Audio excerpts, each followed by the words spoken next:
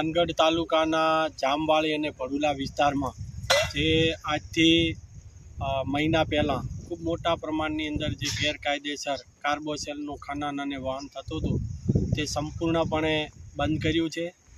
આપણી સતત જે રેડ પાડી છે અને રેડ દરમિયાન જે પણ કાંઈ જથ્થો જપ્ત કરેલો હતો તમામ જથ્થો પણ આપણે મામલતદાર કચેરીએ ખસેડી દીધો છે। મજૂર પણ જામવાળી અને ભડુલાની અંદરથી 100% રવાના કરી દીધા છે અને અત્યારે ફરીવાર હવે આ ચાલુ ન થાય તે હેતુથી આ આપણી મહેસૂલી ચોકી ઊભી કરવામાં આવેલી છે અને આ મહેસૂલી ચોકી ખાતે હું પોતે પણ રાત્રે 12-1-2 વાગે અહીંયા આવું છું, બેસું છું।